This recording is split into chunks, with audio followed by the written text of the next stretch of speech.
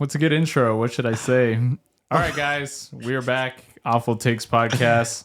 A little bit of house cleaning that's going on. We originally had episode 9. We were going to do Ponyo. However, there was a delay last week. I ended up getting busy. So we didn't ended up doing that one. So what we're going to do is record this episode, and then we'll go back to Ponyo on the next one.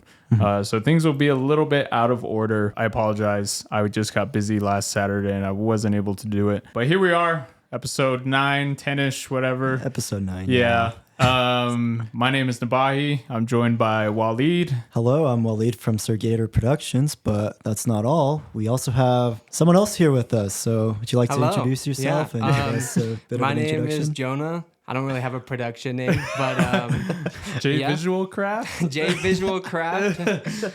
No, rest in peace. It's gone. No. Okay, go ahead. We're here with Jonah. We are very excited. He is our first guest. I'm very excited to be here. So thank you for having me. Super awesome. He recommended to us an awesome piece of media, so we're going to get into that. Just a little heads up.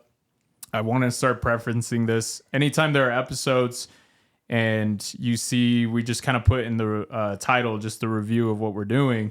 We have timestamps in the video. So if you ever just want to skip straight to the review or, bounce around, you are more than welcome to do that.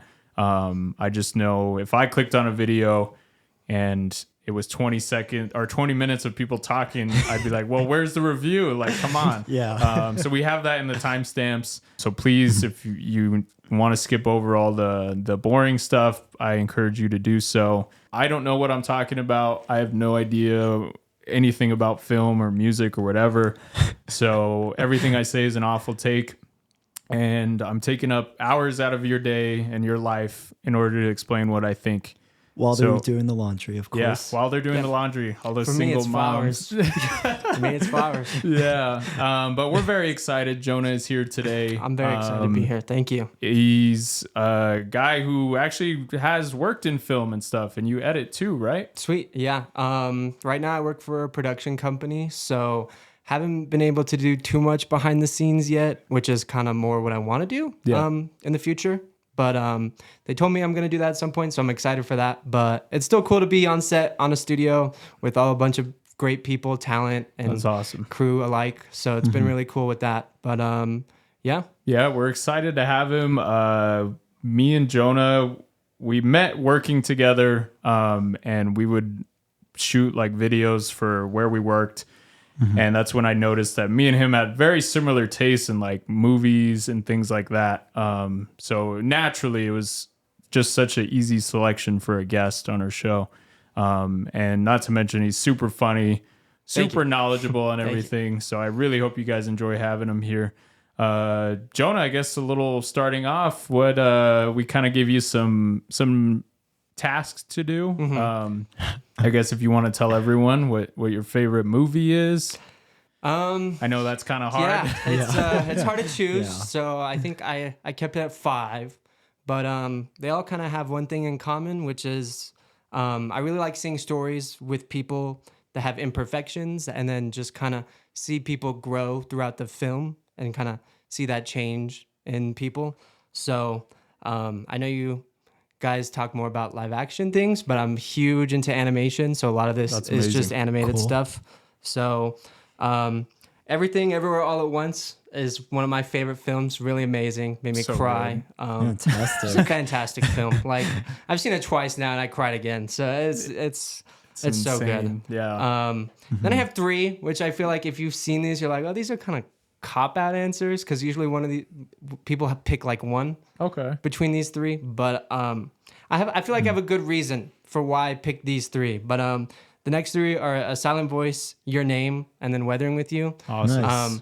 Which, like, if people have seen Weathering with You or Your Name, it's like usually between one of the 2, because it's the same director and kind of same style. And but I like all 3 equally, because I feel like I watched them all a year apart from each other, and so now that years have passed since I've seen them, I can kind of look back at them as specific points in my life that I can just look back on. So it was kind of nice how that all laid out. So I really, if if you've seen all three of those films, you can kind of tell they're very similar in that human aspect of that is like discussed in those films. Yeah. So, and then lastly, Across the Spider-Verse. I mean, just an amazing film. So Animation good. is insane. Again, you follow a character that goes through development and change and stuff. So yeah, I would pick probably those 5 as my favorite. Pretty quick for those 5. But That's honestly not a bad top 5. Thank you. Like I think it's very solid. Especially the 3 animated films. Like you really could just pick any one of those and have a good, time watching them. Yeah, exactly. I guess I'm like limited in what I know on animation, so I don't really like know too much of what goes on behind the scenes.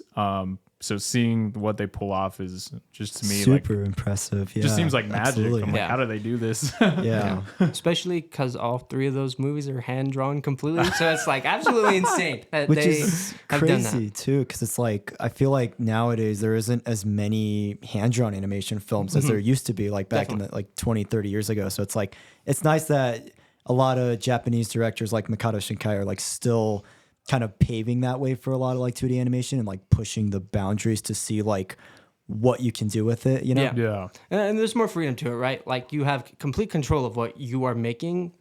It's just the limit of what you can do, right? Yeah. So with a lot of more technical things, like, there is freedom, you can do it, but I think if you have the skills and the technicalities, you can perform like what you want to create a lot easier. It's just a lot more time consuming. Yeah. So it's really cool to see, and a master class like Makoto Shinkai's studio with what they do. Like if you guys seen Weathering with You, Yes, the water pretty good. is Really like that insane movie. in that Yeah. film. The The water is lighting. absolutely stunning. So good.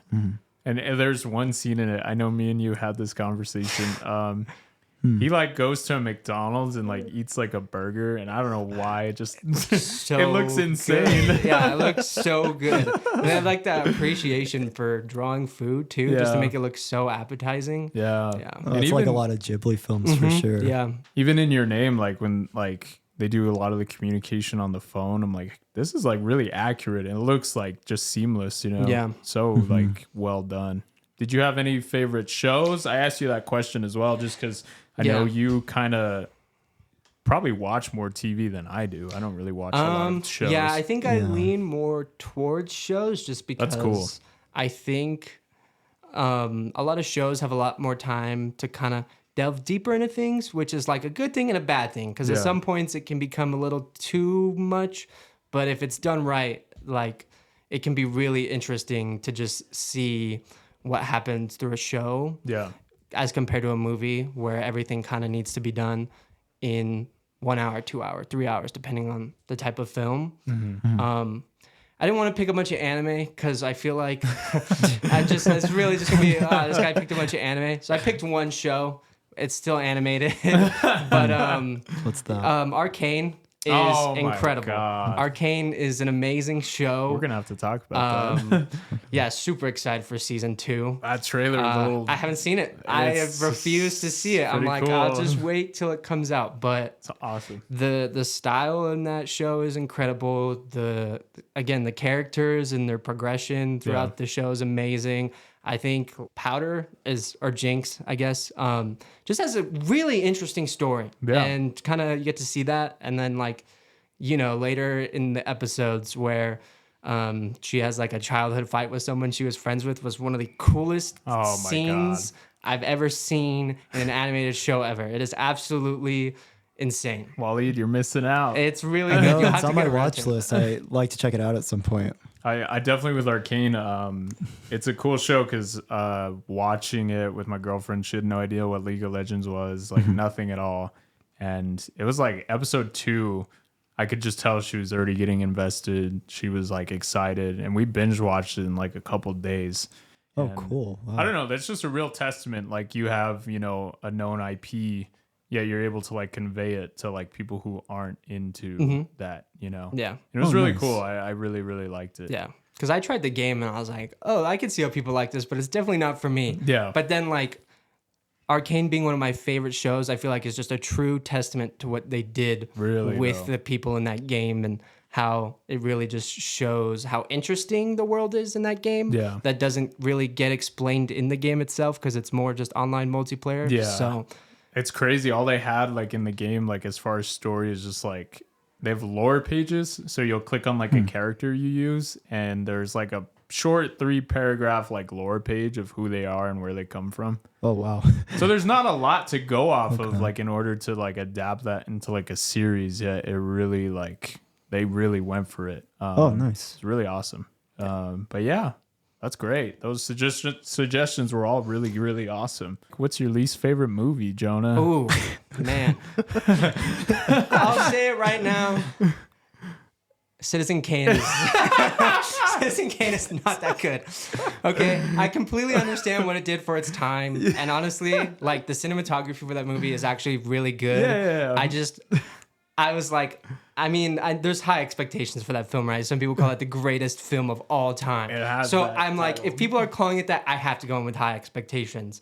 And going in, I was just like, this is a okay story. Like I see the appeal to it, and I'm sure back then they really haven't had a story like that before, so it probably kind of changed the way people consumed movies and understood it. But I don't know. Nothing really gravitated towards me in that film, and I just the more stuff happened, the more uninterested I was getting. Have you seen Citizen Kane, Wally? I have not seen Citizen Kane. It's on my watch list, so I'd like to. It's hard to watch. Yeah. And I've seen some older films, and I'm like, oh, this is a good film. Like Same.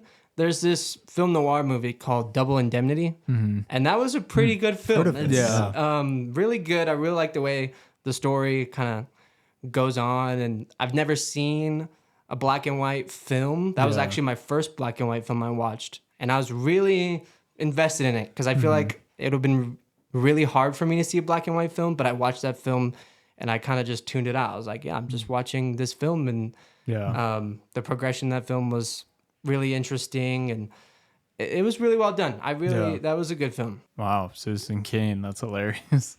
I wouldn't even say that's my least favorite film. I think that was just the one that came to mind. So, all right. Well, that's it for the little intro. We welcome you aboard, Jonah. We're very excited. So check out those movies and shows if you guys haven't seen them. We'll probably end up talking about Arcane at some point. Yeah, I'll definitely have to check those out. Yeah. A little bit of movie news that I wanted to tell you guys. A movie got greenlit. It's probably going to be the peak of cinema history. And I know you guys will be absolutely excited when I tell you. A Skibidi Toilet movie got greenlit, and one of the producers is Michael Bay. you're lying. I'm not lying. That's This real? happened 2 days ago, and it came in my newsfeed. Does that sound exciting? What is that even? What is that? Is it gonna be in Gary's mod still? I have What? no idea. That's so weird. I was like, what the hell is this? That's crazy. But yeah, Michael Bay is a producer. So Wow. Sorry, I'm maybe too young to know what this is. What's Skibidi Toilets? You don't know what it is? No, I'm I sorry. feel like I shouldn't even explain it. I should just show it to you. It would be better for you to just not. Yeah, or you No. could just not know. Okay, It's like got it. the most like cursed thing ever. Like it's just. Do you remember those old Gary mod videos people would animate and stuff that were just like so low quality, just like stretching of heads and arms and legs, and it's pretty much it's a bunch of short videos that are like 18 seconds in like 100 of them in a playlist that makes a story about like this one dude who pops out of toilet and just sings, and then it becomes this huge like revolution against them. It's insane. I just don't think you should get yourself involved, and I really feel like I don't know what they're gonna do with the film for that. How are they going to make a movie out of that? Yeah. That's insane. That's insane. Yeah, I just found out that got greenlit. I don't know. I just was dying. I was like, this is hilarious. Well, I can see why Michael Bay would maybe produce it because all of his films are in the toilet. Yeah, pretty much. Also, another little bit of movie news. Sad news. Jonah, the Halo Paramount series is done. It's canceled. Good. I don't know what they were thinking with that. I genuinely, Did you watch season 2? I didn't watch any of it. I was like interested in the first season, and then I think I told you this a week before it came out. The director, the producer openly admitted they're like, yeah, I know nothing about Halo, but I don't think I need to, Yep. which is like absolutely insane. How can you think that's just like fine to do for a show like that? And then Yeah. it just showed people didn't like the first season. Yeah. And so I think I know they made a change for the second season, and some people say it gets better, but yeah. I thought it was crazy. Like, it was such a polar opposite of showing my girlfriend Arcane like months before. And then when Halo was coming out, I was like, okay, please, I hope video game adaptations are getting pretty good, you know? Then we started Halo, and like in the first 15 minutes, she was just like, yeah, I'm not going to watch this. I don't want to watch it. Yeah, just horrible adaptation, and just not how you want to do it. And I think what happened, at least I guarantee what happened, is they saw the success of Fallout, and they were like, you know what? We might as well just can this thing. Like, we're not going to get there no matter how hard we try. I don't know if you guys have seen Fallout, but it's actually one of my favorite shows of the year so far. I haven't seen it also. I've heard a lot of really good things about it, but I'll probably check it out before like the end of the year. Yeah.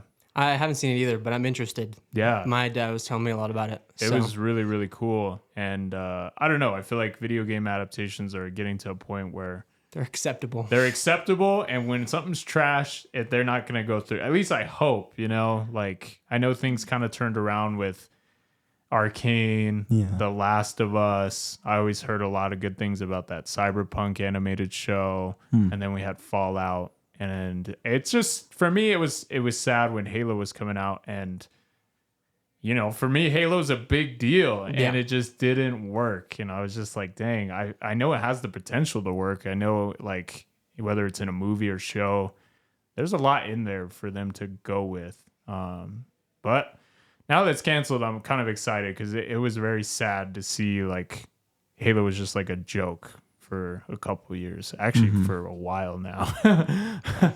But yeah, it's done, Jonah. So you can celebrate a little bit. So weight off my shoulder. One day we'll review it and we'll watch the whole series. Oh yeah. I mean, I'm not too familiar with Halo. I'm more of a PlayStation, Nintendo guy, so obviously I wouldn't really know or too much about Halo or anything like that. The first 4 or 5 games are really awesome. They pushed what video games could do. They were literally like, they paved the way for Call of Duty and all these multiplayer games. They were the first to do it, besides like obviously like Doom and those ones, like GoldenEye. Yeah. It was like the first 3D shooter. And I feel like it broke the medium video games itself. Like, it became like a pop culture type thing too. Like, if you look up videos when like Halo 2 was coming out, like before smartphones and everything was a thing, people were losing their minds. Like, it was like a insanely big like cultural event. And then when 3 came out, it was even bigger. Like, it was absolutely insane. So it's like those larger than life, like, you know, cultural moments. It's like, how do they not translate this to a different medium and have it work? Granted, I've never seen some of the other Halo shows that they've made. I know they've made a few. I have read like some of the books and things, but I don't know. It's just sad that what was once like the biggest thing in gaming and in the world was turned into just like a meme and a joke. So I'm glad it's done with, and I hope they let it rest for a little bit and then redo it. Get some people who actually play the game or, you know, like know the source material. Like, because that was one of the things with Fallout, like the creator, Jonathan Nolan. He's Christopher Nolan's brother. Yeah, that's right. Yeah. In interviews, he's like, there was a time in my life when I was playing too much Fallout and I almost lost my job. Like, that's how bad it was. And I don't know. It's just like he has a care and passion for it that most people don't have. But yeah, I think that's it. In movie news, we talked about this a while ago. When we have guests, what we're going to try to do is get them to recommend a movie or show to us. And we'll talk about that. I think that's really cool because it's like you have a guest on, they might be into something that you're not completely into, and, you know, it could help you get into something that you wouldn't normally watch. I know for me, it's hard to like take people's word for stuff if they say something's really good and they enjoy it. but I do like watching that stuff because I feel like I get a better understanding of like who they are, things like It's that. almost as like a way to like just get to know them and get an idea of like the types of things they enjoy. Yeah. Or like their influence and inspiration also. Yeah. So Jonah actually did something that I wasn't expecting. I was thinking you were going to refer a Makoto Shinkai movie, but he didn't. So Jonah, what are we going to be talking about today? It is a 2018, I believe, anime called Land of the Lustrous or Hoseki no Kuni. It is a CGI anime show, which is surprising. I think that might upset some people, but it does it in an absolutely beautiful and amazing way. This show or anime did not get a lot of recognition when it came out, and I feel like it just came out at a time where a lot of people hate CGI in anime. Yeah. And so once they knew it was going to be CGI, a lot of people just didn't watch it. Because most of the time when you see CGI in anime, it's usually to cut time in a shot or a budget thing. Yeah. They just put it in just to save money. But this anime absolutely does not do that. It absolutely takes full advantage of CGI. In the 3D plane, you'll see a lot of shots in the show that actually has a camera whipping around and moving inside of a scene, which is just an absolutely unique experience, I feel like, and not one you get to experience a lot in the medium of anime. So yeah, I'm curious what you guys thought of the CGI. Wally, do you want to go first? Sure. So I will say the CG wasn't surprisingly distracting. I think if anything, it made the show smoother, especially during like those action sequences or like the way the characters move. Definitely like one of my favorite aspects about the show was the animation and how it was kind of using that CG to like its potential rather than like a crutch. I will say though, I wasn't a big fan of this show personally. I think while I do think there's a lot of cool existential concepts that they go for in the show, like with like the class system and kind of just like the will to live and like this progression almost, I feel like a lot of the show just wasn't really connecting with me and really working for me. And I found a lot of the characters to not be that interesting, unfortunately. And I found them to be kind of one-dimensional aside from the Antarcticite character in the 7th or 8th episode. For me, I was just kind of more at a crossroads a lot with this show.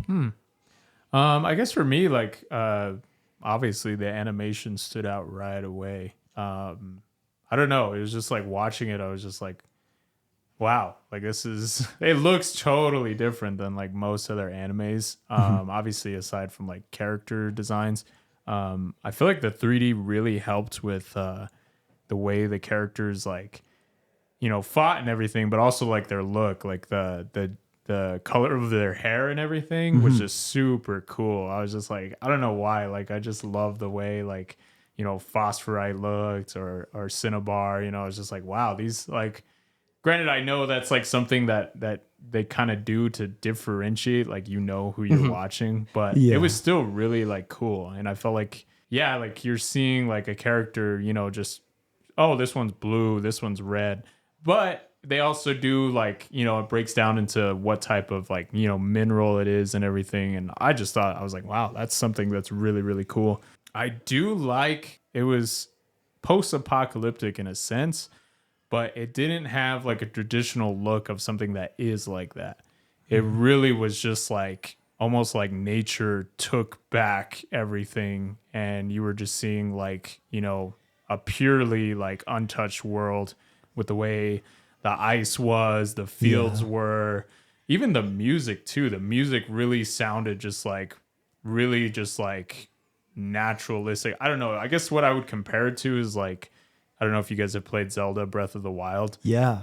Just Yeah, like yeah. very low, like scoring, very just like atmospheric, just like you'll hear the wind, you'll hear what's going on in nature. It's very ambient. Yeah. and I it just- really, I love the music. That's like was my so favorite. good. It's in the battle song, the battle theme Yeah. is absolutely so hype. I like unironically listen to that song in the car because the violin Yeah. is just so insane on that song. And it was like cool, like the villains in the show, like when they show up, it's like they had their little musical cue. And I don't know, like I'm a sucker for that type of stuff. Anytime I like a villain or a hero has like a theme or something, and it works, it's almost like whoa, you know.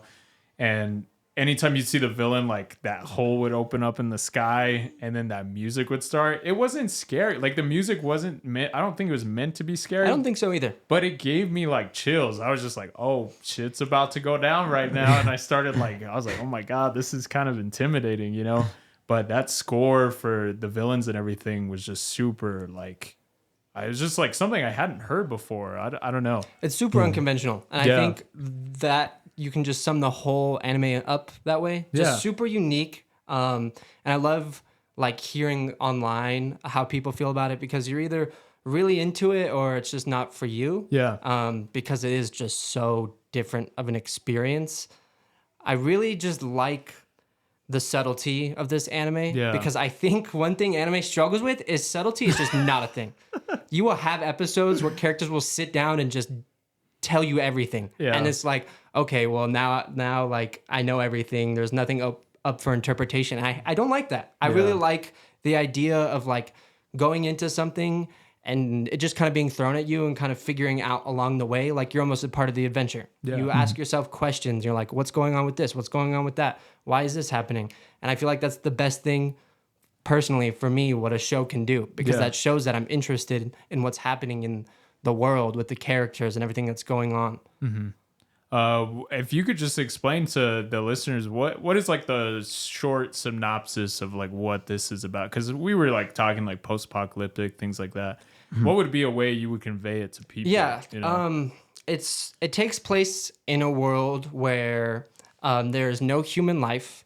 There is one island in the whole planet, and there's only gems, and there's these flesh, almost like squid people, and then there's the villains, which, like you said, they come out of the sky. And basically, you follow the gems. They all are inhabited on this island, and they are pretty much just protecting themselves from the villains, who are called the Lunarians. They're people who live on the moon, and they're coming in and they're just trying to take the gems. You don't know why. You don't know really anything about what their intentions are, what they're doing, and you kind of just follow the main character Foss, like go and discover everything about this world and this universe that has been developed by the mangaka. And I find it really, really great that Foss is just a character that like is like stupid. Like I really feel like the writer took advantage of that because she doesn't, or they don't really understand the world. They don't really know about everything. So you kind of follow them and you go on this really cool adventure that they experience. Like they go to the ocean, they go in the winter and they go and experience that. And it's just super genius. Like I don't know about you guys, but I really did not like Foss as a character until the second half. Yeah. But I think it was necessary for that character to get that development and that change. Yeah. And I have a hot take, but I think this character has had development that I've never seen a character do in 12 episodes. Like I really think the development that happens with Foss is just so well done and just so beautiful that I've just never seen it been done that seamlessly.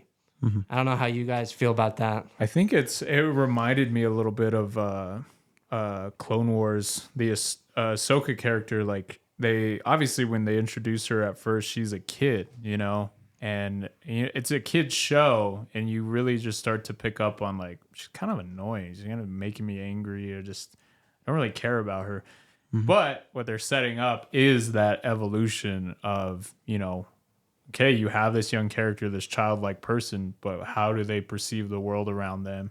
How are they going to react to things? And more importantly, what's that effect going to have on them in general, And that was something that I just really enjoyed about the show. Like you said, you see a lot of stuff through her, and you don't, like Wallied said, you don't really like her, and you're almost just like, it's not really working for me. She's just kind of, coming off a little, not how I would think, someone who would want to portray the story. Why would they pick a character like this? But like Jonah says, when you get into that second half and you see the evolution start to happen, it is really awesome. But it's also really like sad in a way too. Yeah, like around episode 8 or 9, it's almost like, whoa, this person's like kind of losing what they were. They're growing up. But that is something that happens to humanity and people in general. And I just kept having to remind myself, like, oh, these aren't like people, And when it gets into the lore of like how they're created and everything, I was just like, wow, this is something that's, like Jonah says, just very unique. And the most anime doesn't really like do that kind of thing. Wallied, I don't know if you... I can kind of see where you two are coming from, but I feel like for me, I don't feel like it was earned. I feel like I just felt like it was just kind of rushed by the time we got to the second half, because I feel like the first half is really focused on her with like these different characters and I guess what she learns from them. And I feel like that was kind of interesting, but a lot of the time I wasn't really that invested in the character. And I feel like by the end, it's like all her personality is just kind of gone, which I guess you could say is like a form of like maybe the trauma she's gone through. But I don't feel like it just wasn't really rewarding or satisfying to me, where I like, they say it, they tell you, but I don't see it. Like they don't really show it in the show, in my opinion. Oh, okay. But that's kind of how I feel, at least on like that Foss character. I don't know. I feel like for me, it was just like, at first I thought it was very intriguing. Like she's tasked to like fill out this encyclopedia to where it's like, you have to explain how this world kind of works and you want to get across all that stuff. I was just like, whoa, that's like, to me, that was cool. I was just like, wow, that's like something that like you don't see in anime or anything. It's just like, oh, they're not really tasked to become like a fighter or a warrior or anything. He's very, the leader very simply is just like, you're very frail. You're going to break. Like I need you to just, this is your task. This is, your role. This is what you're meant to fulfill. But her character evolution and everything was just like, I may have been made for a certain purpose or whatever, but it's up to me to kind of define what I want and what I want to do. I don't know why, but that was just awesome. That was such a cool evolution to see. Like, yeah, it's like you forget about that encyclopedia, but yet she's still learning about the world around her, Yeah. Yeah, I guess Jonah, what do you feel like this is something that people can get something out of who maybe aren't into anime? Would you recommend this to someone who isn't super into anime? I think it depends on what they like. Yeah. So when I recommend anime to people, I usually ask what movies or shows that they enjoy and kind of find that correlation between the two mediums. I feel like a very human story, a very character-driven kind of narrative with its own unique world. You'll find a lot into this story. The creator of this manga said the reason that they wanted to make this was because they wanted to figure out what makes us human. And I feel like they delved into that in a very interesting way. Like I said earlier, there's the gems, and then you follow the snail group, and then you follow the Lunarians, and they each kind of depict a different thing about a human. I love that. The That was gems, so cool. yeah, the gems are the bones, the snails are the flesh, and then the Lunarians are the soul. So it's interesting to kind of see how that was done in this really just interesting world. Yeah. Just like such a fascinating way it was like delved into, especially with the episode where you go under the ocean and follow Foss just go down there and learn about things a little bit. Yeah. And so I really think this is one of the most to me personally, I got a lot of personal things from it. So if you find something that's very human in this story, then it'll be for you. Yeah. Like it's very, very, very grounded to me personally. I know Wallied, it wasn't necessarily for you, which is, again, I mean, I watched it with my girlfriend and she kind of felt the same way. So I think it's very interesting to kind of, you know, a lot of people are very split on this one. So I would just say give it a try. I think in the first episode, you'll immediately know if it's for you or not. It's just like immediately straight into it. You just follow a scene where it like goes over the grass and you see the character and they wake up and then you jump straight into it where the Lunarians come in and everything's kind of just happening. And then you learn a little bit about the world and that's the first episode. So if you find that interesting, you're going to find that throughout the show. Like that style, that way it was done in the first episode. Did you like, Wally, did you like the world and everything? Did you like the look of everything and the questions it pushed?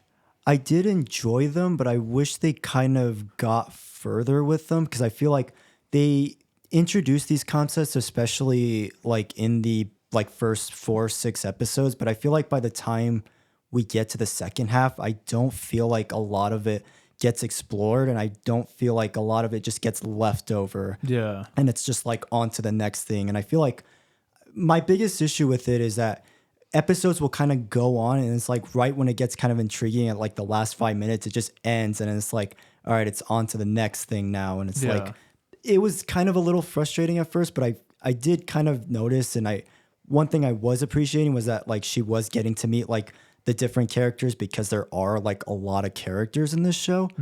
But I would just say for me, like I did enjoy the world and I do wish they like kind of expanded a bit more on the lore because it was kind of hard to tell what the kind of focus of the show was for me because I feel like it's trying to be two different shows at the same time. It wants to be like a drama heavy action kind of high concept sci-fi show, but at the same time, it also wants to be this kind of more character study, slice of life show. So, and I feel like if it had taken like, just picked one lane, I think it could have been a lot better. And I think it could have been a lot more focused. And I think that for me is kind of why I didn't really enjoy the show as much and why I was kind of getting a bit more bugged and kind of frustrated with some of it. Interesting. I think for me, what just was getting me is just like the questions I would ask in my head of just like, what is that? How does this work? What's going on here? You know, like how are these beings created? I don't know. I think it was just like that sense of wonder was just perplexing me throughout the whole time while I was watching this show. Like I wondered like where are the humans, you know, or they go to these big ice like mountains that are like screaming or whatever. I was just like, how does that work? Like what? I don't know. It's just, I feel like with some other animes, my mind doesn't tend to wander in the way it does with this one. In this one, my mind was just like taking things and I just kept attaching to them. I don't know what it was. And I didn't find myself comparing it to a lot of other animes, which is something I do with movies and things.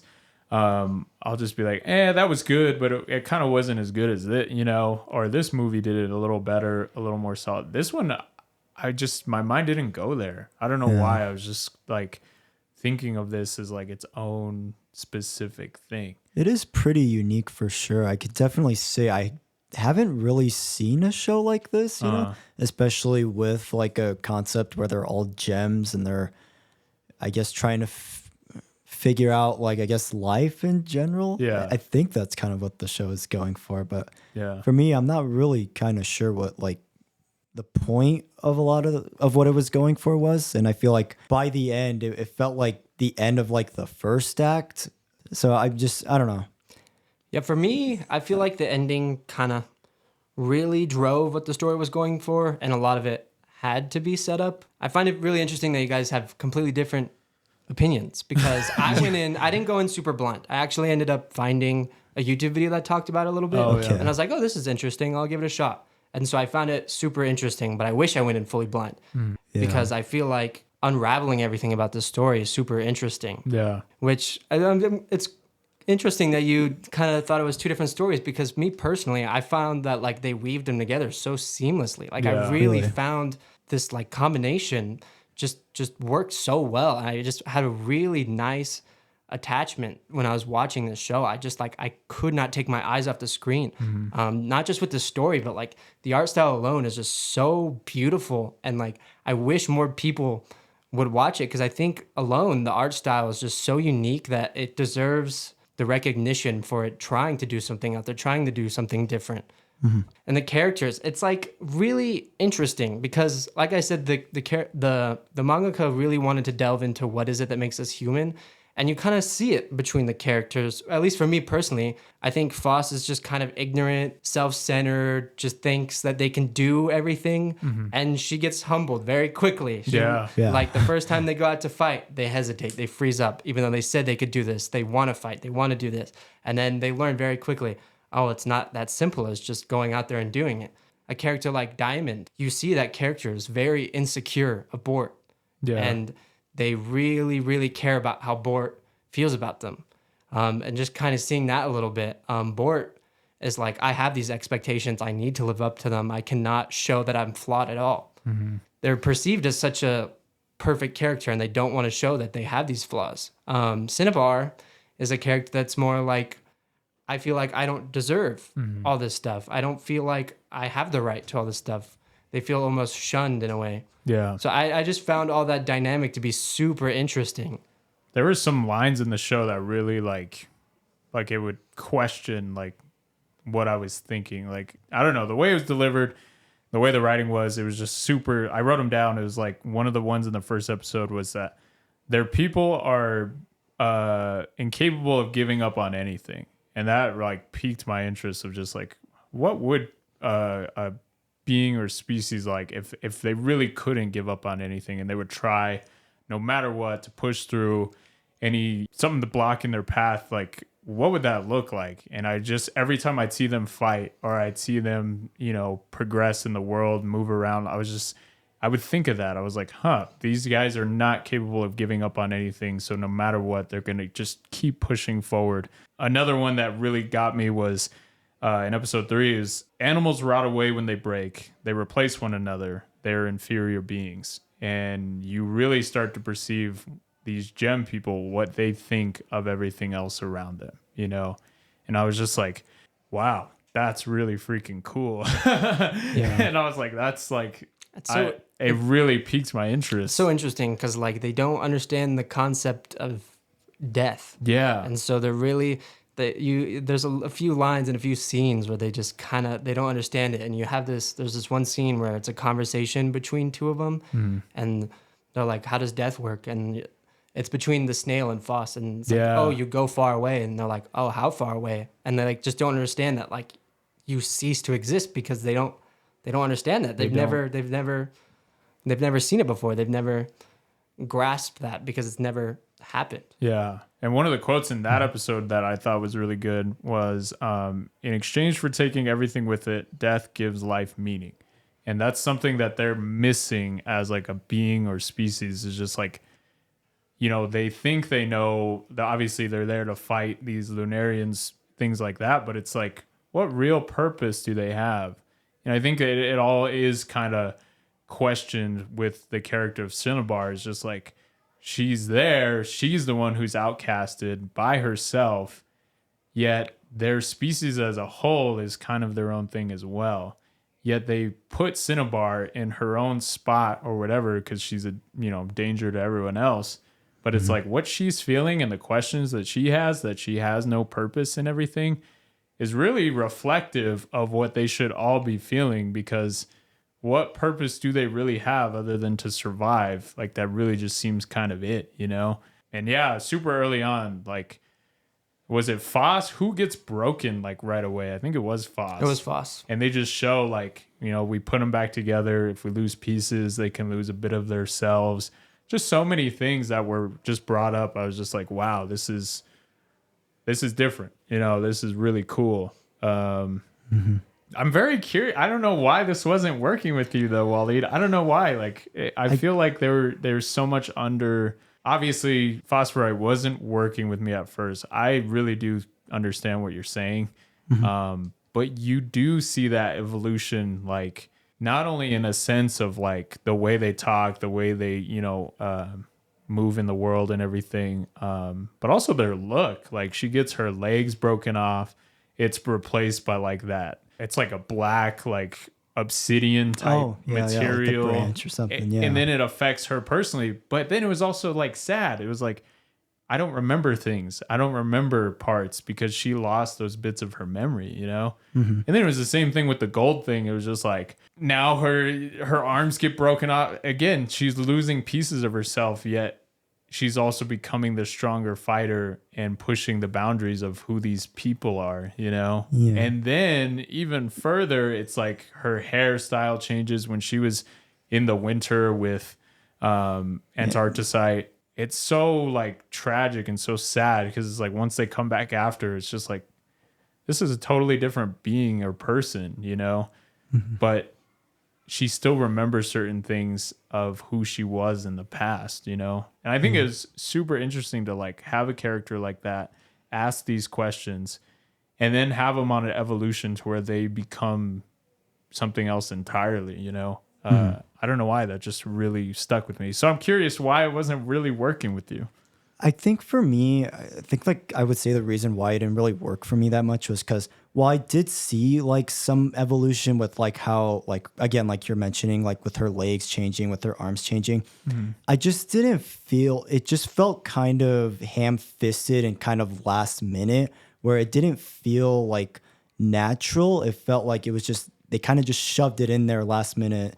I don't know, just like put this character in like that headspace, but I just feel like it's just not earned. I feel like so much of the show. But like the whole Antarctica bit, like that was 2 episodes though of like its own like short like character arc and story. Yeah, and that's where I got invested. But after that, like I just wasn't really big on like the character.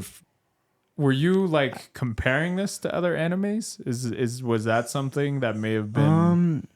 I wouldn't say it was me comparing it to other anime. I just didn't feel a lot with the character. I felt like it was just kind of like I do like the Antarctica episodes were like an interesting concept where they explored like her cutting her arms off. And I did like that, but I feel like once she got like new arms, it was just kind of like she just kind of became this like no emotion character. I wasn't really all that big on. And I will say, like, even though I did find the character annoying at first, like she did at least have a personality, but like I feel like by the time you get to the second half, I just didn't feel much for the character. You don't think that's like tragic though? Like that they're not who they used to be? There's a bit of tragedy to it, but I just wasn't really feeling it because I just feel like it's so rushed, and I don't feel like the show really focuses on like too much. I would say like in the middle portion.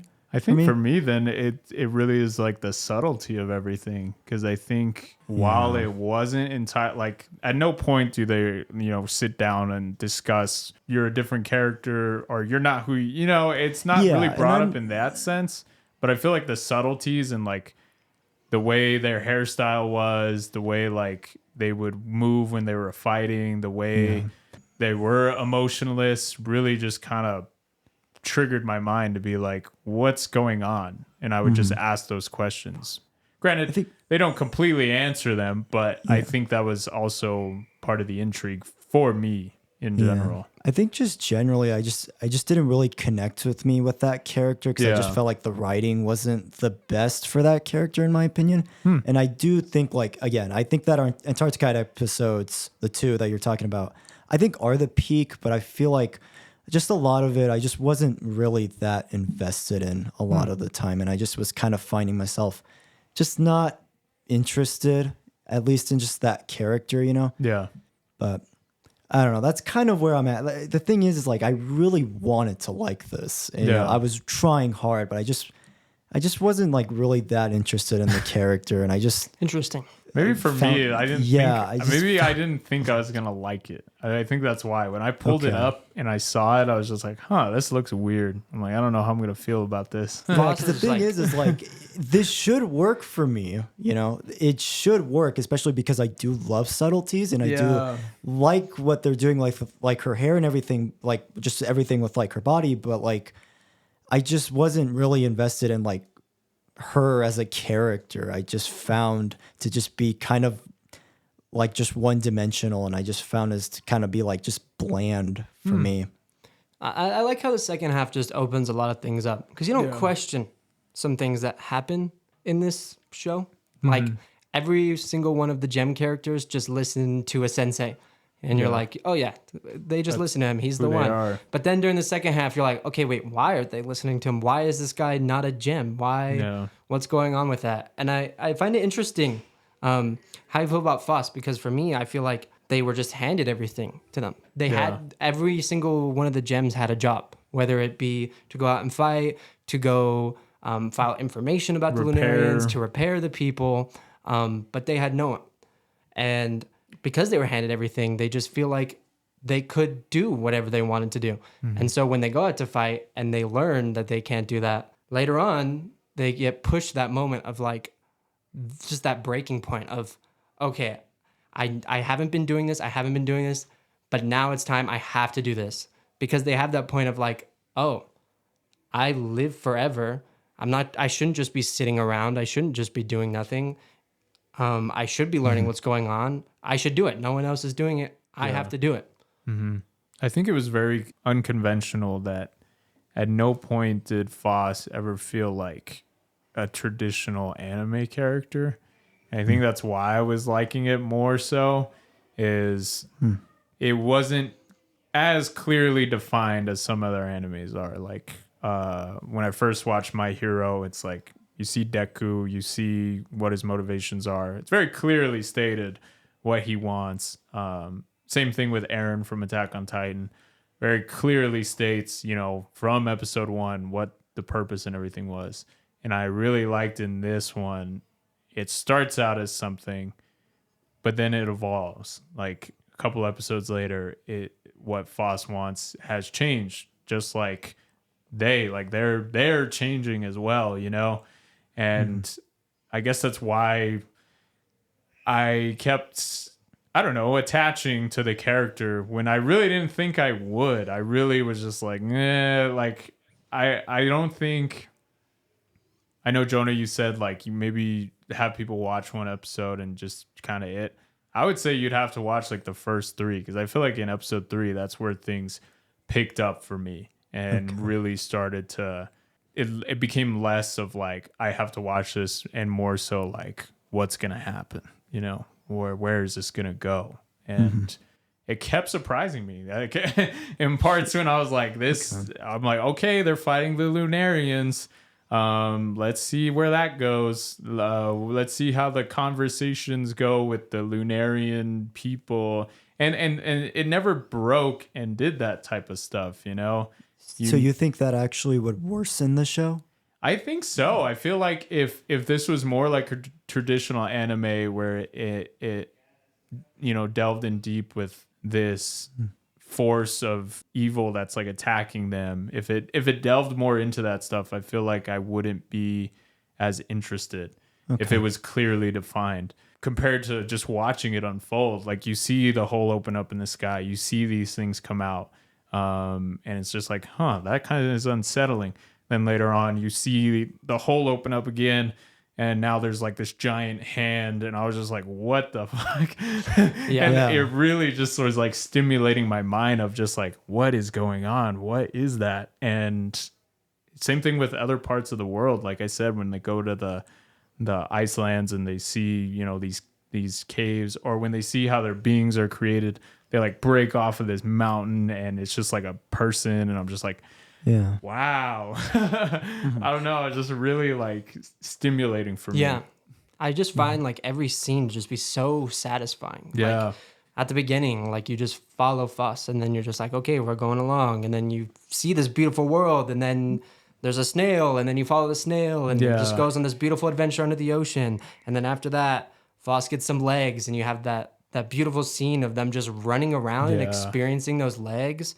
And then that scene, I can't remember what episode it is, where Diamond's just running and she jumps over the moon, and it just stops for a second, and you're just like experiencing that, like, you can almost like feel the thrill of just like following along with these characters. And I feel like it's just done so beautifully. Like I've never experienced just like just this anime just like scratches everything that I've wanted in a show. Yeah. Like I just feel like it is just done exactly. I feel like this anime was tailored perfectly towards me because I personally don't have any complaints about this first season. Yeah. Although it does leave a lot of stuff unquestioned, which I think can be upsetting for some people.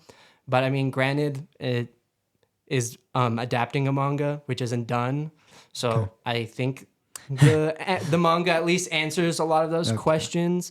But I just feel like this first season just really ramps up in such a beautiful way and just understanding everything. Because a lot of the times when you watch some anime, you just have these characters and you're kind of jumped into things, but you don't really have a lot of time to breathe. And I feel like this anime gives you those moments to just like take a breath in and just look at what is going on. And I find it that it was done so well, especially with the style, because it's just so beautiful. Like the detail on the grass is insane. Like I just cannot fathom how they did that grass.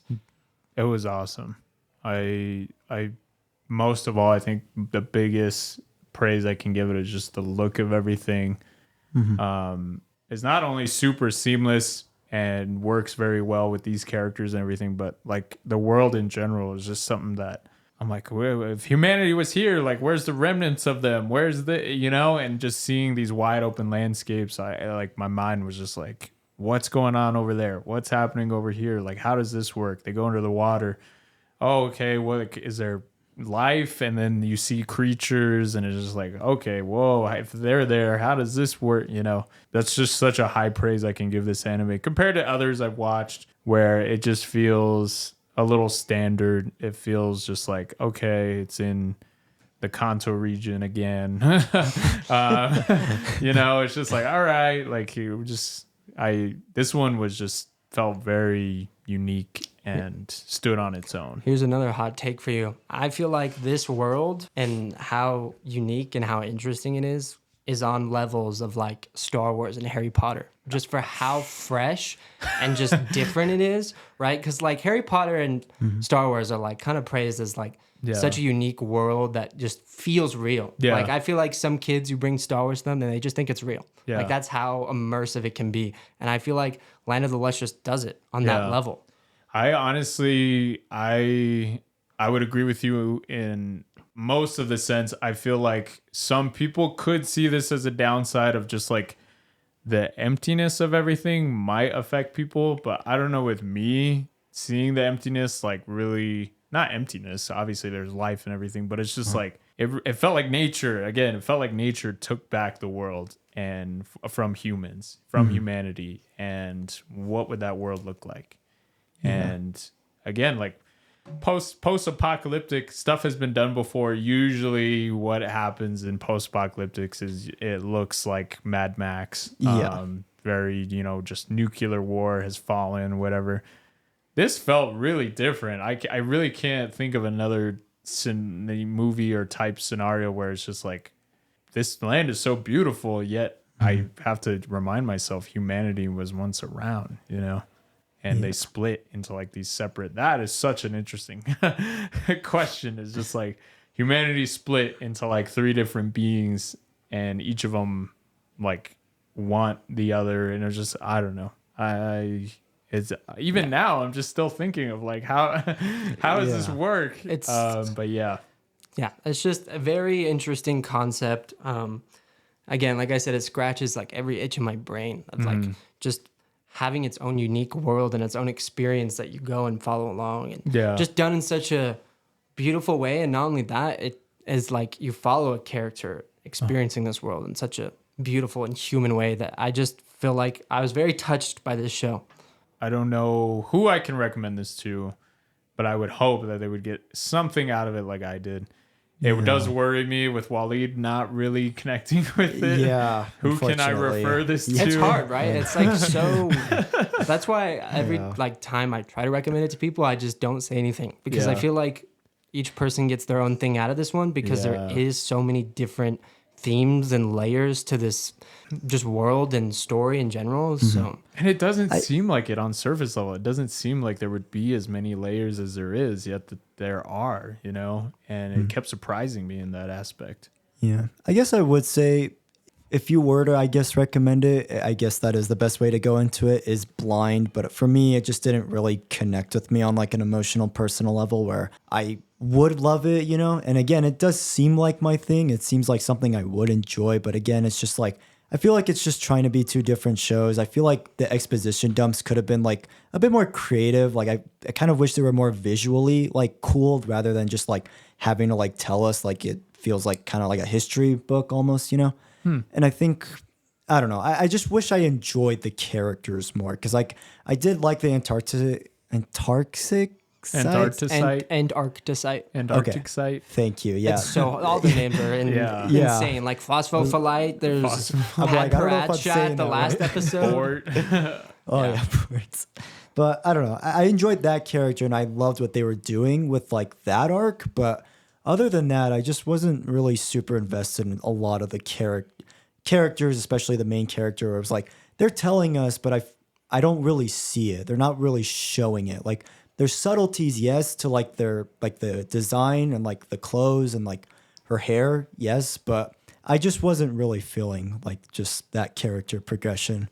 I feel like the anime medium in general, I attach to a lot just because it tries to do brave things. I feel like with manga in general, it is a thing that has more freedom compared to other things like books or music or movies. I think there's a lot of people that don't get to do exactly what they want compared to manga where the publishers usually give them more freedom. It's more about the deadline more than anything else.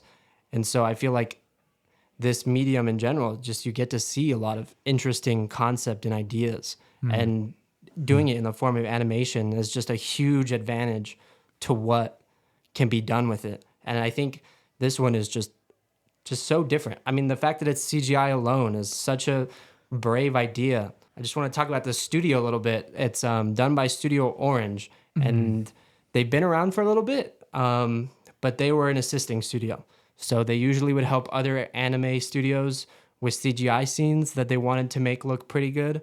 But this was their first standalone anime that they did by themselves, which I think is absolutely insane. That is insane. For what they did, especially with going completely CGI. I don't know how they could get people to be like, yeah, we're going to do this in CGI. And then be like, okay, yeah, go for it. So I think it really was just such a brave thing for that studio to do. And I feel like it didn't get the payoff it deserved because again, like you guys said, you've never heard of this and a lot of people don't know about it. And I feel like it deserves some recognition for just taking one of the bravest steps a studio can do. It's crazy to me. Like every time you hear 3D animation brought up in the anime circle, at least to my knowledge, most of the times it, like you said earlier, it kind of comes off as like a downside to the anime in general. They're like, oh yeah, that's 3D, or it was on a time constraint, so they had to do that. And I think this anime really proves like what you can do with 3D, how you can pull it off, and what are maybe some things that will benefit you by going 3D, taking that risk, and really taking full advantage of the medium, because most people will say like, oh, it's a downside or whatever. But I think this anime really proves that it's kind of not. Like it really is to whatever the artists want to make of it, The camera shots alone, like there's in the first episode where they're like the place where they live. It goes from a shot like from the bottom floor and just pans up and then turns and goes to the top floor where Foss is just sitting on a bench, which you just cannot do in a 2D anime scene. Yeah. A lot of anime, if you break it down and actually look at it, it's just a lot of panning to the side to a character, zooming out, and then just like single shots. But this anime just takes advantage of it, and you can just like, you can see everything is just like so visually appealing. You can tell where everything is in that shot and in that sequence. And it's just so fascinating, especially with the fighting scenes, especially like in that episode where the dog comes in and Bort is like climbing on top of the arms and the camera's just panning with her running is so absolutely insane. Like I've never seen like animation done like that before. Yeah. I did, like Jonah, I didn't really have too many downsides to this anime. The only thing I would consider just a downside is I feel like it did take 3 episodes for it to finally click with me, which I view as a detriment just a little bit, just because if Jonah hadn't recommended it to me, I might have only given it 1 or 2 episodes and maybe been like, it's not for me, which I wish maybe it proposed those questions just a little bit sooner, because I feel like episode 3 is when I really started to understand what I was watching, and that's when my mind really started to get going while I was watching it. Only detriments for me, really, I think the voice acting was great. Animation was amazing, and yeah, I think I'm sorry, Wallied, I think the writing was really good for what it was. Like those quotes I mentioned earlier really stuck out to me. The idea of taking people and splitting them into 3 different beings, that's really interesting. And what does it mean to be a being that doesn't know it can die or doesn't have that sense of mortality? What would that look like? And also having the questions of who are these Lunarians, who are these fish people? Like, I was just like, whoa, like, I don't know, it really, I felt a lot of payoffs, which I'm just like sad that you didn't. Yeah, unfortunately I didn't really, but yeah, I mean, I didn't really have too many downsides. I guess, did you guys have anything else you want to say, or should we give it a score? Jonah, anything you want to mention? I think I'm good. Yeah, I just really love this anime. I think a lot of people who did see it also, now that it's been a while since it came out, just don't kind of look back at it because it does end very open. And I think a lot of people hate that, especially if you saw Attack on Titan, the final season recently, with all those different seasons they did. A lot of people were very upset that it ended so open. Yeah. And I think a lot of people don't like that. But I feel like disregarding that, what happens in this one season is just so interesting. It's done so well. Yeah. That's why I don't tell people anything before going into it at all, because I feel like I told a friend that like it isn't over, but it's done.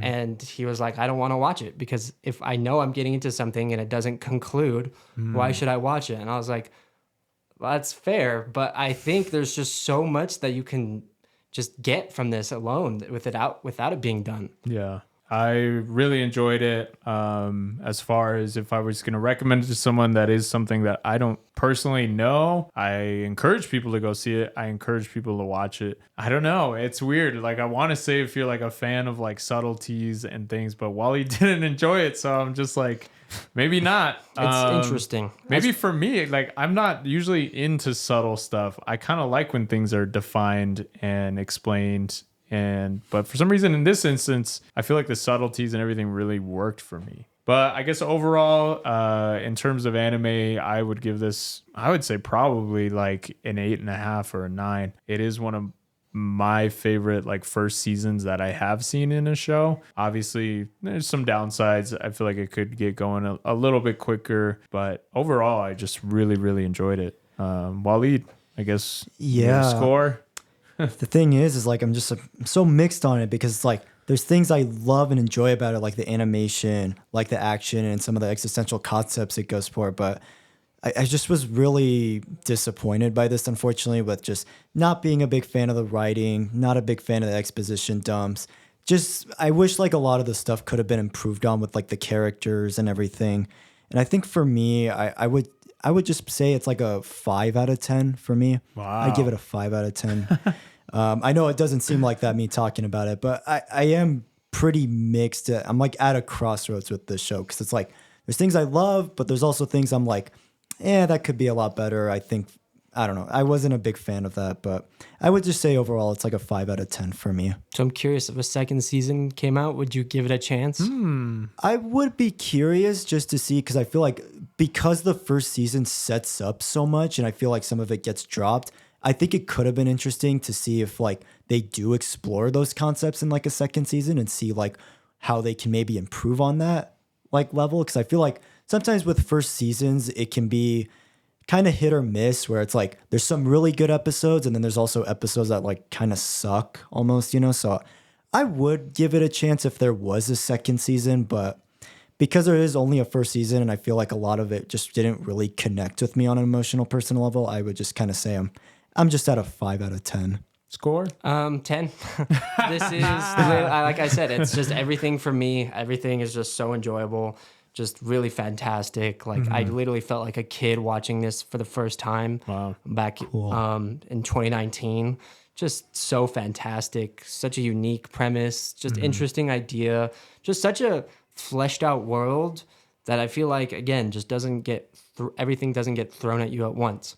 They have this idea, they have this world, they have these characters, and instead of like having all that planned out ideas thrown at you, you kind of learn a little bit more about it as it goes on and as it delves through more of these smaller themes and ideas. So, well, I guess the only question I have left, Wallied, you're a big animation guy in general. Did watching the animation on it not really do anything for you? What do you mean? Like the fact that it took 3D animation and kind of went with it, did that not elevate it for you at all? Or were you just kind of like, you couldn't tell the difference?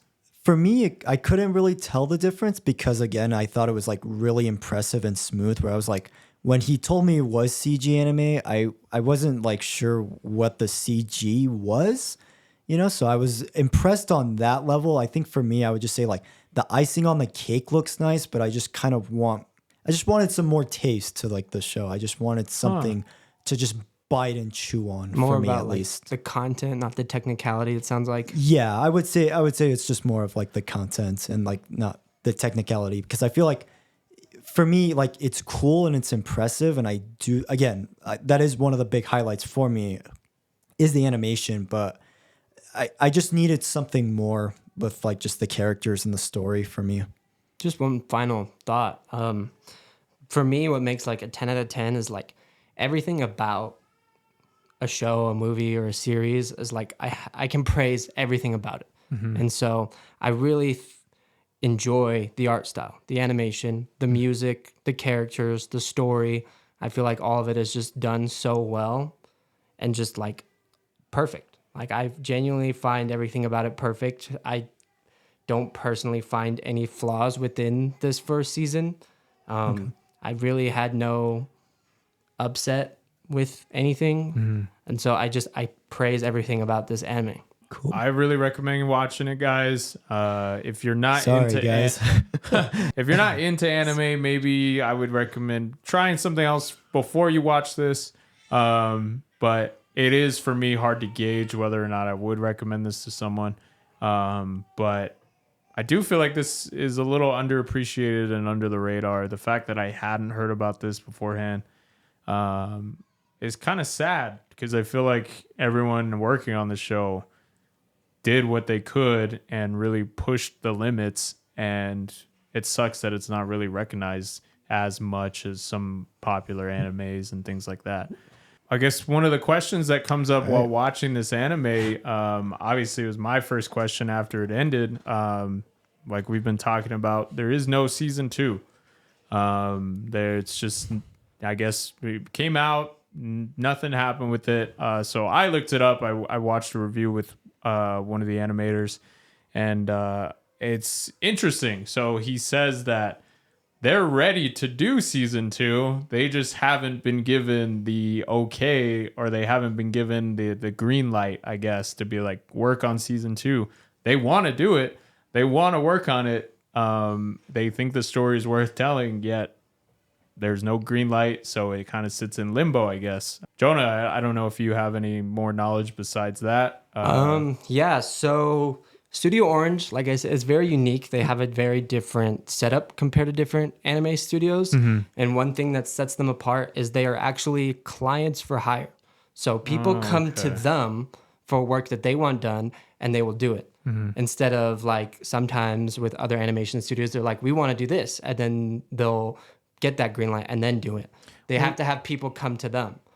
When those studios do that and they propose, do they put together like a pitch, like maybe like a short, animation of like, this is what we want to do, this is how we want to do it? The studio? Yeah. So yes, usually most of the time they bring something together and they're like, this is our work, this is what we want. can we do this? Okay. And so they have to pitch it, which is sometimes Orange actually does that. They have another anime called Trigun Stampede where they made a little showcase, which is really funny because it's like really well done and the camera is really done. There's some really cool action scenes. And the producer was literally like, hey, can we not do too much? Because this is really too good to the point where if our whole anime is like this, it's going to take way longer than 3 years to make. So they actually sometimes have to stop themselves from being like, okay, we need to turn the quality down, which is super interesting. But yeah, most of the time it does get pitched to studios or production companies, and then that's how they get their funding into their series or what they're making to actually be able to make it, which then boils down to a little side note about how the working conditions for some of the workers in these studios aren't so great because the actual animation studios don't put too much, they don't have a lot of money. So they don't get to put too much money into their production. So how normal anime works is like they'll get like 4 or 5 production companies and they'll put a percentage of the funding into it and then they'll get that percentage back into the profit. So most anime production studios put like 5 to 10% of the money into the production, so they only get 5 to 10% back. So they actually don't make too much money as studios, and that's how they don't have that money to give out back to their animators or back to that, which is just kind of sad to see with some of the things that are going on, which is another interesting thing that Orange does. They put more percentage than the average into the stuff they're making, which shows that they're passionate about it and they want to put their time and effort into it. And so then they get treated well, which I think just like brings the morale up of all the workers, which just like elevates their works. So something that goes on in the visual effects industry in Hollywood right now is people getting underpaid for the amount of work they put in, yet they pitch, oh, we can pull this off in this amount of time for this much money. Like a Marvel movie, you have a bunch of different visual effects studios be like, oh, I can do this for, let's just say like $100,000 in a year. And then another visual effects studio will be like, well, I can do it for $80,000 in half a year. And it just kind of becomes like a bidding war. But it really is like we're bidding, but we're also not really looking out for us as people in general, because not only do we have time constraints and we're limiting our amount of money, but we just are looking to get work. We're looking to get, something to work on. Is Japanese animation studios the same? It's a case-by-case thing. Okay. Sometimes there's production companies. So like the biggest one, anime one is Aniplex. Most of the time they'll see a manga and be like, oh, we want this into an anime. So they'll look at studios that are available or willing to take it, and usually they'll assign it to one, whether that be a bidding war, whether that be, oh, we want this studio to do it, or whether that be, this studio is not available, so we'll have to do this one, which that's kind of usually how it happens. There are some rare scenarios like Chainsaw Man, for example, where the studio themselves go, we want to make this and we will put 100% of our money into it. No production company will help us. We just need the green light from the studio. So Shonen Jump is the people produce the manga. They just need the green light from them. Okay. So it's very different between each one, but most of the time it ends up being a production studio wanting to make something and then seeing what's available and then just kind of giving it to a studio. Wow. That's super fascinating. It's unfortunate. I wish there was a season 2 to this show. I'm still holding out because, okay, hear me out. I still think it can happen. Yeah. Because I listened to an interview with the producer of Studio Orange. So he produced everything they've done recently. And he says they have said yes to every single thing that has been offered to them. They've never said no. He didn't necessarily say that they've been offered it. He did say something along the lines of, I want to say something, I want to speak out, but I can't, not yet, which is very weird wording, right? Like that sounds like they have something, they just can't announce it. And they asked how many productions they have in the work. This was back in 2023. They said they had 5 different anime in the work. Fingers crossed, one of the 5 could be. Okay. And only one of them have actually been announced. So there's 4 other that are being made. You know, you said they haven't announced 3 of their projects. What if it's Land of the Lustrous season 2, 3, and 4? That would be amazing. The manga did just finish this year. Oh, okay. So there was actually a lot of hype around that. So there could be a chance of it actually being done built off of this hype of it ending. Okay. It is really highly praised. Like it's like a lot of people's top 10s because it's like on some of those apps where people can rate stuff and it takes the average. It's normally on average in like the top 20 of all mangas of all time, which is a crazy feat to do. Wow. So, and I think that also just kind of tells me, okay, they're going to expand upon these things. They're going to answer all this stuff in such a satisfying and amazing way. And it really just reinforced that, like, all of this is just going to be done in such a well-written, well-done way. So I'm still holding out for a season 2. I think it'll happen. Most of the time, season 2s don't happen because of one of two things. Sometimes a studio decides to adapt something way too early into the manga's life. So it'll have like 30 chapters out and they'll adapt the first 20, which means they don't have enough of the source material to make a second season. Wow. So they decide to wait, and then by the time they have enough, maybe the hype has died down or no one wants to pick it back up again. Wow. The other reason would just be that it wasn't successful, which it seems like the producer was saying that they want to. This is a thing they want to do. They need the green light, which they've just been waiting for, which I think will happen, especially with it ending and all this hype around it. So yeah, I really, really hope it happens. Fingers crossed. Yeah, when I think of one season animes, I usually think of like Shinichiro Watanabe's shows like Cowboy Bebop and Samurai Champloo, where it's like they're kind of planned to be one season, you know, and where it's like they kind of just tell the story in one season and then that's kind of like a one and done type of thing, you know. But I noticed with watching some anime shows, they'll usually have like one season and then like sometimes it leaves on like a cliffhanger, I've noticed. Yeah. There's always a running joke that like your favorite anime will never get a second season because there is so many praised manga and things that did get a first season anime and didn't get continued, or it just hasn't been announced, or nothing's really happened with it, which is it's interesting.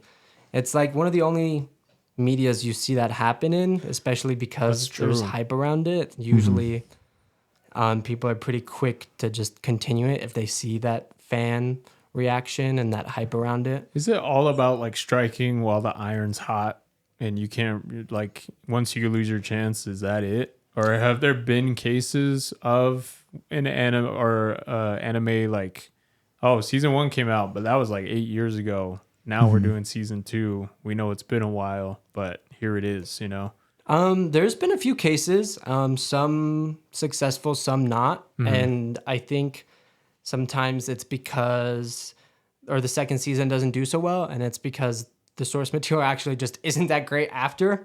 And so people see the ending and they're like, oh man, I can't wait to see what happens. And the second season just doesn't give it that satisfaction or that release that you need for some of those questions that have been building up over time. Wow. And so it just doesn't happen. There are others that, like, for example, get reboot. So Trigun Stampede, like I said earlier, was an original 90s anime that had a lot of hype around it, and they rebooted it. I believe it was last year. So they did Holy shit. a CG.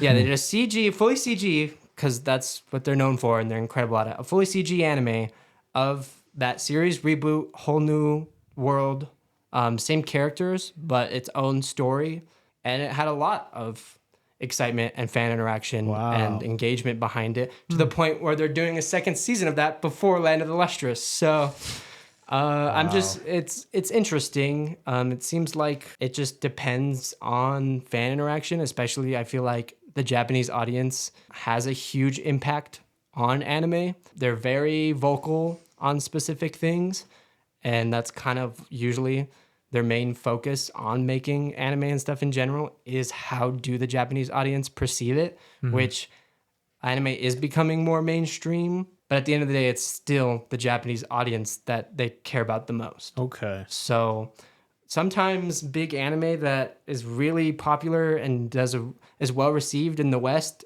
and isn't in the East sometimes just doesn't get that second season. I guess the last question it proposed, and it's kind of funny, me and Wallied had a little brief discussion about this the other week. So for those of you guys who don't know, in anime, there are what you call subs, which means basically short for subtitles.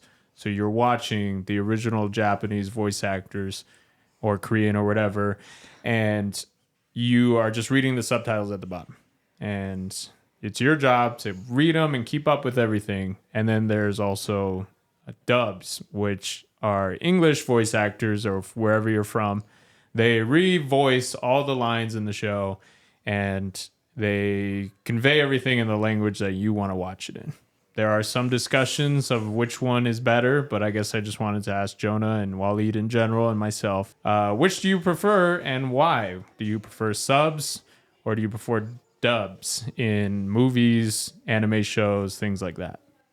Yeah, I can start first. I prefer sub. I have no problems with dub. I just think I consume whatever I'm watching better in the original language it's in. Nice. And I think that kind of just delves down into two things. In anime in general, a lot of the time when they do a dub, they won't change the lip flapping to match what someone's saying in English. Yeah. So most of the time what they actually have to do is change some of the lines to fit the lip flapping, not necessarily change the way the show looks to match the original. They will usually change the one line to match the lip flapping, which is, it can sometimes cause a problem, especially because obviously Japanese dialect and English dialect can be very different, especially because it seems like Japanese, the language itself has a lot of pausing. So it's hard to kind of match some scenes. And there is sometimes where they have to change a line pretty significantly. And there are some people who go crazy over that, which I'm not too crazy about. But I think just that's one reason. Like, if there is changes that have to be made to the original story, I think I would rather consume it with its original script, its original lines, its original performance. And the other thing is I feel like it's a lot easier for me to listen to voice acting in another language because it's harder for me to tell when something is delivered weird. Because again, like how they pronunciate things and how they talk is very different. So it's very hard for me to be like, oh, that was said weird. I don't know. I don't speak Japanese or whatever language it is I'm watching, whether it be a movie or a show. So I feel like it's just a lot easier for me to consume that way, especially because sometimes you'll watch a movie. For example, RRR, we had to watch in English for one of my classes, and it was very hard to watch in English because it's very, very noticeable that the lip flapping is not what they are saying. And it takes me out sometimes. But I think nothing is wrong with dub. I think a lot of people hate on it and say it's wrong. If you're watching something in dub, you're not watching it, which is absolutely insane. It just goes down to personal preference. If you can watch dub and you have no problem with it, great. Like, it's also bringing more money into the medium. They do dub because some people want to watch a dub, which brings more money into the medium and makes more money for studios, production companies to make more things. Yeah. So I don't think a lot of people realize that. Like, why does it matter to you what someone watches something in?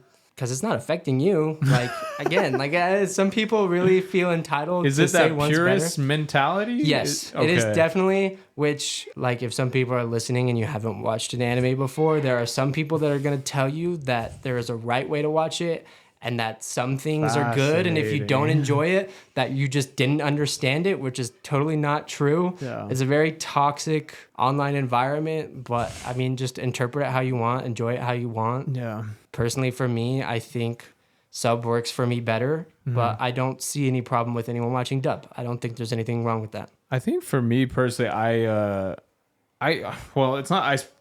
never do I watch specifically one and not the other. It's kind of funny. So when there are current animes coming out, usually I'll watch them when they first release, and it's only in subs. So it's just Japanese voice acting. Then around like a week or two later, they do the English one. It's like delayed a little bit.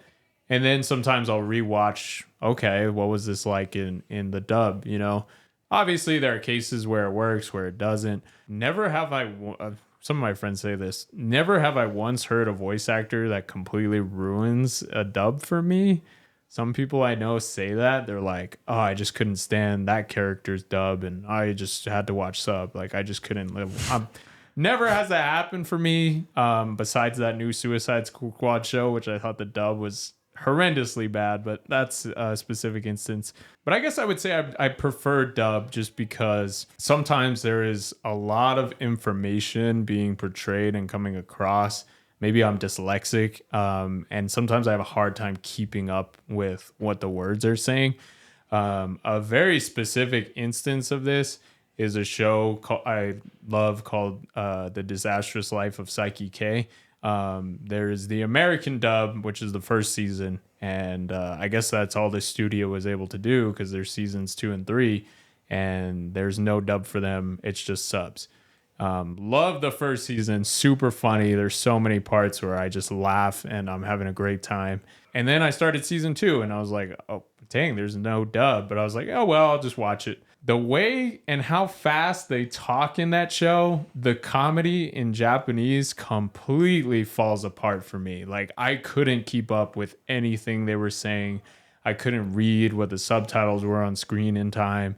And I watched a whole 2 episodes like that, and I was just like, I'm not laughing. Like, none of this is working for me. I will say that that happens sometimes. Like, there's one episode of Fully Cooley where they're at a dinner table and they all start like talking really fast, and then there's like shots where like panels come in almost like a newspaper, and they're just talking really fast, and then it's like so much is happening visually and audibly to the point where I'm like, okay, I have to rewatch that because I did not process what happened. I will say though, for me, I think like even though it is super fast, it does make it fun, especially if you're really in love with like the show. It does make it more fun to like rewatch and like just pick up on like the dialogue and those like visual gags and things like that. You know? But then I explained this to Wallied last time. I feel like also there may be some subtleties and translations that could possibly be missed, maybe with like the way emotions and things are portrayed that maybe I don't pick up on if it's in a different language. For instance, obviously sadness, happiness, all that stuff is generally portrayed very easily with the different languages and things. I can usually recognize when someone's sad, someone's, happy. And sometimes the Japanese voice actors have a lot more emotion behind them than English actors, which I think is very, very amazing. I think that has a lot to do with how they record their voice acting, which I think is something we in the West should take note of. So for in American dubs, they usually have a booth and someone walks in and then they just perform their line, and then someone else will come in and they'll perform their line. For something more like a Japanese anime, they'll have every single one of the actors for a scene at the table and they'll perform it in front of each other. Oh, wow. So I think it's a lot easier for them to play off of each other and match that energy because they can see exactly what's happening and what's going on. And I feel like sometimes you can see it where it's like, oh, that almost felt like that didn't seem like the response to something that just happened with what someone said or something like that, which I think it just works really, really well in the case of like a scene with multiple characters. But I do notice that like there are a lot of positives to subs, but I do miss, like, I notice the big emotions, but I will miss out on some of the more subtle ones. Like, for instance, if something is like being more ominous or more, like there's maybe some more malice behind what they're saying, sometimes I don't completely pick up on that stuff when it's subtitle. So I guess in that instance and with those examples, I generally prefer dub. Maybe it's just, honestly, I think I grew up watching a lot of karate, kung fu, Chinese movies, and we would always watch them in the subs. And granted, in animation, the lips don't match up, but in live action, the lips really don't match up. But for some reason, I can look past it, and I'm generally don't really mind it as much. But maybe, like I said, maybe it's because I watched it when I was little that I just grew accustomed to it. That's fascinating because like for me, I'm with Jonah. Like I'm more on like the team subtitled side where for me it just like that dubbing and like the like lip syncing does take me out of it, you know, because I am so hyper fixated on a lot of the details like in a movie. And I feel like especially with subs is that I feel like the emotion comes across more, and I feel like especially it helps with like the cultural context of the film, especially like if it's set in Japan, for example, like They always are. yeah. I don't know. It fits like the tone for me more better. And I feel like I'm getting like an outside perspective, you know, that I wouldn't if I were seeing it dubbed, you know? But I guess also too, like it's kind of interesting that you feel like you kind of miss out on the subtleties with the acting. Cause I feel like I get more with the subtleties when I watch them subtitled because it's like, I can hear it from like the tone of voice almost, you know? Yeah.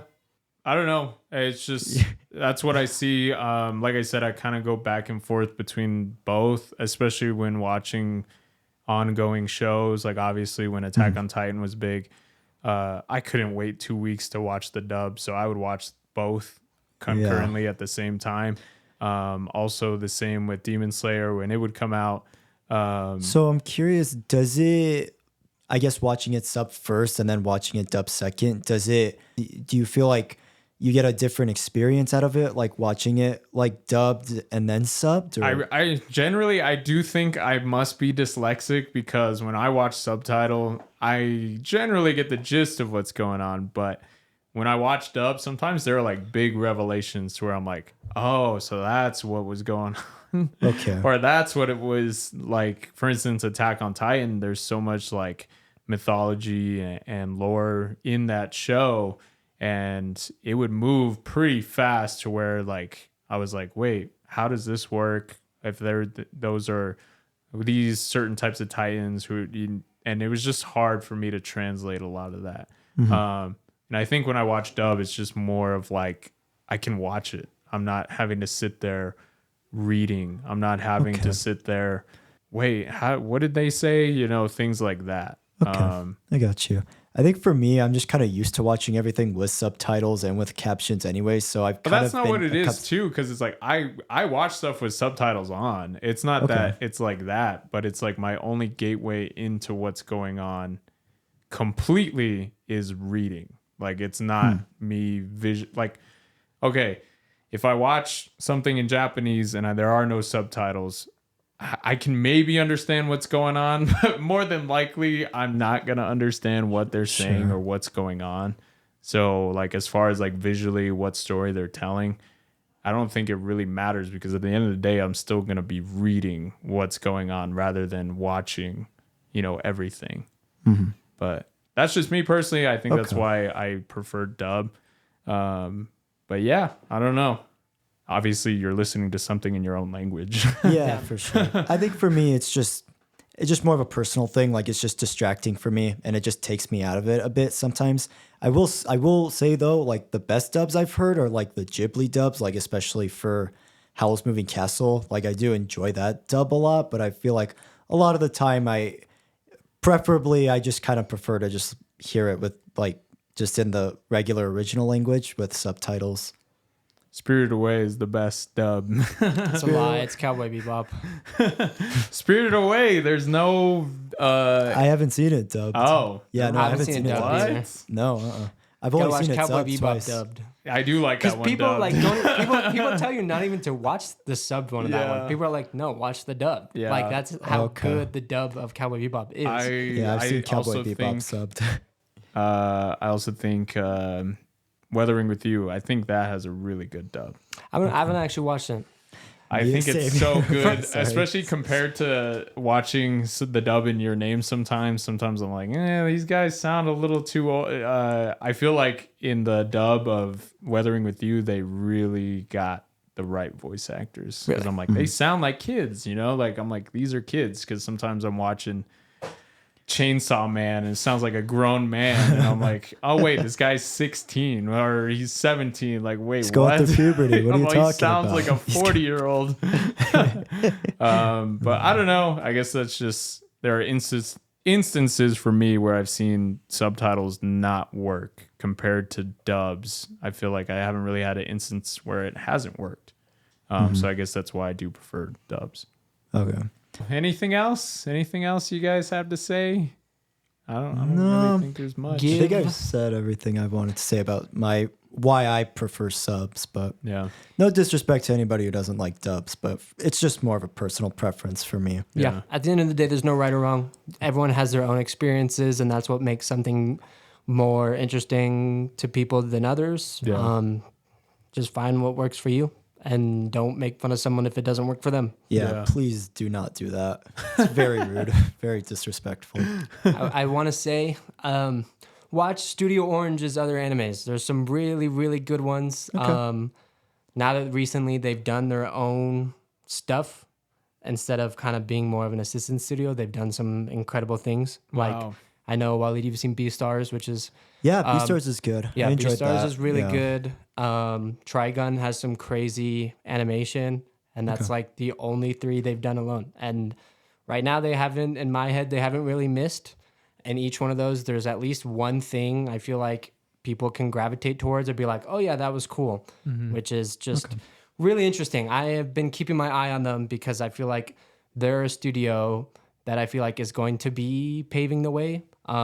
Like Arcane did with CGI. Yeah. I think they're also going to be kind of paving that path towards CGI can be done well, if done right. So yeah, keep your eye out for them. They're an amazing studio. They've done amazing works. I can't wait to see what they do in the future. Fingers crossed, Land of Lustrous Season 2. I'm holding out. Hopefully it'll be better, in my opinion, but yeah. Yeah. All right. Check out Land of the Lustrous. I'm super thankful, Jonah. Thank you so much for coming on today. Yeah, thank you. It was a lot of fun. And Jonah is just so much more knowledgeable in the world of anime. Compared to someone like me, I really think my viewpoint is very just kind of like you, basic average person. I really don't know a lot when it comes to anime. However, it does pique my interest a lot, which... If it happened for me and I grew up hating anime for 10 years of my life, actually 14, and I broke out of that, then I think other people can too. So please check out this anime. I really recommend it. Maybe if you feel similar to Wallied, you might not get into it, but who knows? Maybe it'll break the boundary for you and you might like this other anime or you might like something else. But yeah, thank you so much, Jonah, for coming on. Yeah, thank you, man. If Look Back comes into theaters, I'll come back on. Bring you back on. If you guys would let me. Yeah. Of course. We look forward to having you on again. Sweet, yeah. It was a pleasure. I'm really happy that I could come on here and kind of talk about something that I haven't been able to talk about for like 5 years. So if you're looking for Jonah online, at JVisualCraft, you can find him. Or Demon Rozu. I don't have those handles anymore. They're gone. If you're ever playing Xbox and you see... Be ready. It's Jonah. And be ready. With his Shinji pose. But yeah, we had a lot of fun. Wallied, is there anything you want to say? Thank you for coming on. I'm glad we got to have like another perspective, another guest. I know with me, I'm a bit more of a newcomer with anime, so... I got into it like a couple years ago, so I'm kind of more into the more like lesser, kind of like you, like the lesser known animes that like aren't super big, but also like the ones that are a bit more out there, and I would say like just more bizarre, you know? But, we'll have to talk about Space Dandy someday. Yeah. Because I'm curious how you'd feel about that. That's on my watch list. But I feel like we always have really interesting talks about movies, film, anime, because I think you guys kind of lean more towards the live action, and I don't know a lot about that. So when I've been listening to the podcast, I kind of learn about that more from you guys. And cool. I'm glad I was able to come on here and give you some of more perspective on the animation, more specifically the Japanese anime side of things. So sorry, Jonah, but thank you for recommending though. I wish I could have enjoyed it more. I completely understand. I know. I mean, I knew what was going to happen going into it because it is so different and interesting, especially because Evelyn wasn't too happy about it either. So I know that it's not for everyone, but I feel like it would have made for a good discussion. So All right. Well, we'll close out episode 9. Like I said, we pushed back Ponyo, so we'll be doing that one next episode. I do apologize. Life just kind of gets in the way sometimes. But we did it. We had our first guest. And there's only going to be more in the future. Hopefully Jonah can join us again with, if there are movies we go out and see. Like, for instance, Jonah watched Monkey Man when we saw it, and I know he had a different opinion than we did. I know. Yeah. So I was listening to your review, and I was like, ooh, dude. Because you were like, not to get too off, but you were like, oh, he almost won. He almost did it. But, like, the whole thing was, like, he wasn't ready. He can do it, but he's not mentally there yet. Like, he still needs that development as a character. Like, yes, he can do it, but, like, you could see that hesitation in his eyes. He's like, I don't want to be ready to kill you. I don't want to be a murderer. Like, do I want to be a murderer? Do I want to get revenge? Is this what I want? But, like, yeah, I agree. Some of it wasn't done very well, but yeah, interesting. No, I love hearing you guys speak. I think it's just a huge benefit to this podcast in general. If we have a different array of opinions on things, I think that to me is fascinating. And like I said, a listener may align more with what Jonah says or with what Wallied says or with what I say. But I think that to me is fascinating and interesting. I know in the future I'd want to get Jonah and one other friend I have on the podcast to talk about a certain show, because I know when they talk about it, it gets super entertaining. So hopefully one day I can make that happen. I don't know yet. But yeah, thank you again so much, Wally. Thank you. Thank you. Yeah, I guess we're gonna close out episode 9. And look forward to us on the next one. Yep. Sweet. All right, later, guys. Good day and good night, mates. Jonah. Peace out. Fuck.